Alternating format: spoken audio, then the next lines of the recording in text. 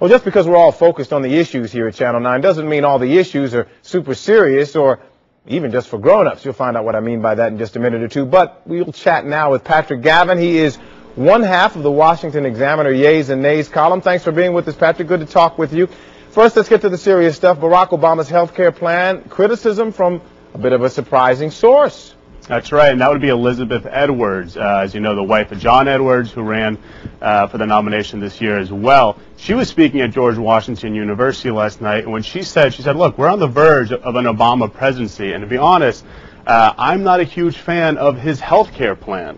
Now, obviously, health care is a big issue for her. She was diagnosed with breast cancer a few years back, but what's most notable about it is that she's actually advising Barack Obama on health care. And the Obama campaign has been noted for being incredibly unified and consistent with each other. And here we have somebody coming out saying, look, even though I'm advising him on health care, he's clearly not taking my advice because I would have gone in a different direction, and her idea would have been to have a mandate for universality in terms of health care coverage. But how does she feel about the McCain plan?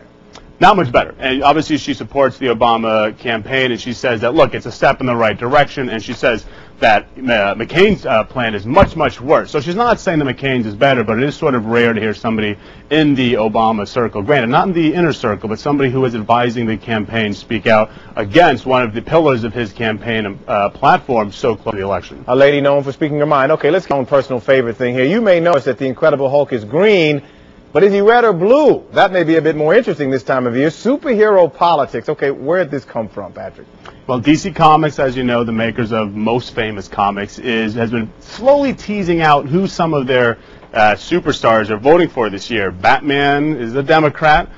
We don't know about a couple others, but you know, we spent some time talking to some comic book fans today to speculate, well, who do they think these various guys would endorse? We're looking at Spider-Man. What do we think? He's a Democrat. Yeah, well, that's my guess. I mean, think about it. He was raised in New York City poor and now works for a newspaper. So all right, that tends to be a good Democratic constituency. Okay, let's talk about the military industrialist, otherwise known as Iron Man, Tony Stark. Yeah, I mean, he works for a government contractor, and he seems to be supporting a lot of the government decisions lately, so I think you can put him safely in the Republican column. All right, what about the Incredible Hulk?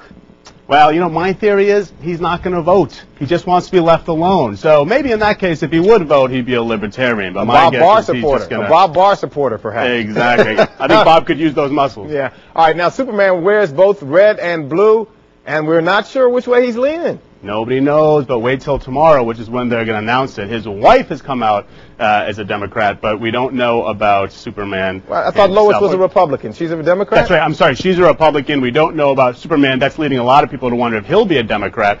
But, you know, if Superman's wise, he'll do whatever Lois says. Okay. Patrick Gavin, live from the Washington Examiner. Thanks for being here. We appreciate it.